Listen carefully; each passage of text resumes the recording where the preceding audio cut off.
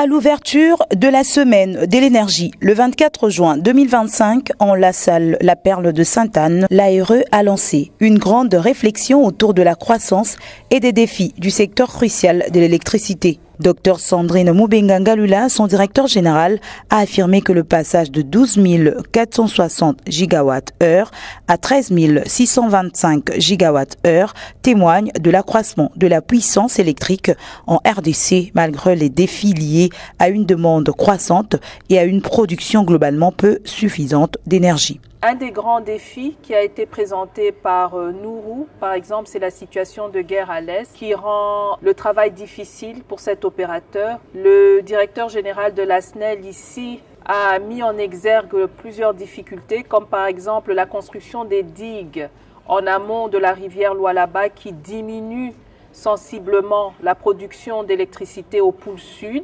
À l'ARE, à partir du pôle sud, nous avons créé une plateforme avec la FEC et certains miniers justement pour discuter des problèmes d'approvisionnement de l'énergie électrique dans le pôle sud, puisque comme vous le savez, c'est la partie où il y a beaucoup de mines et qui dit mine dit électricité. Sans électricité, on ne peut pas avoir des mines et ça a un très grand impact sur l'économie du Congo. La discussion a été ainsi lancée autour des différents enjeux et défis en vue de la recherche de solutions idoines. Un peu comme pour corroborer les propos du DG de l'ARE, 3 opérateurs auxquels la parole a été accordée et parmi lesquels Fabrice Loucindé, directeur général de la SNEL, l'ont confirmé.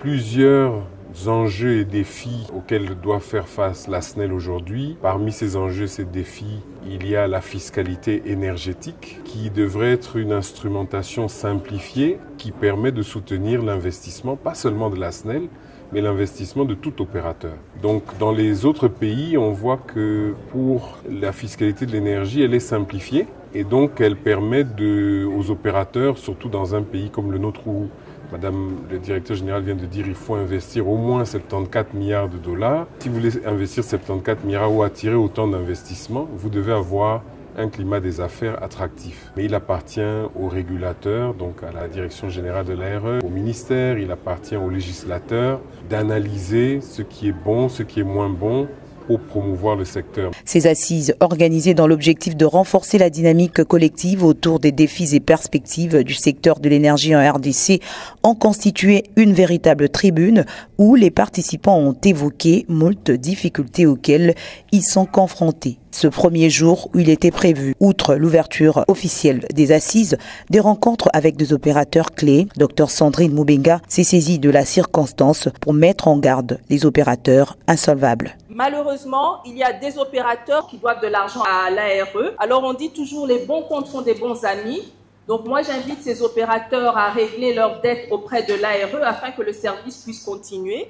J'invite par exemple Siko Hydro, Virunga à régler leurs dettes auprès de l'ARE.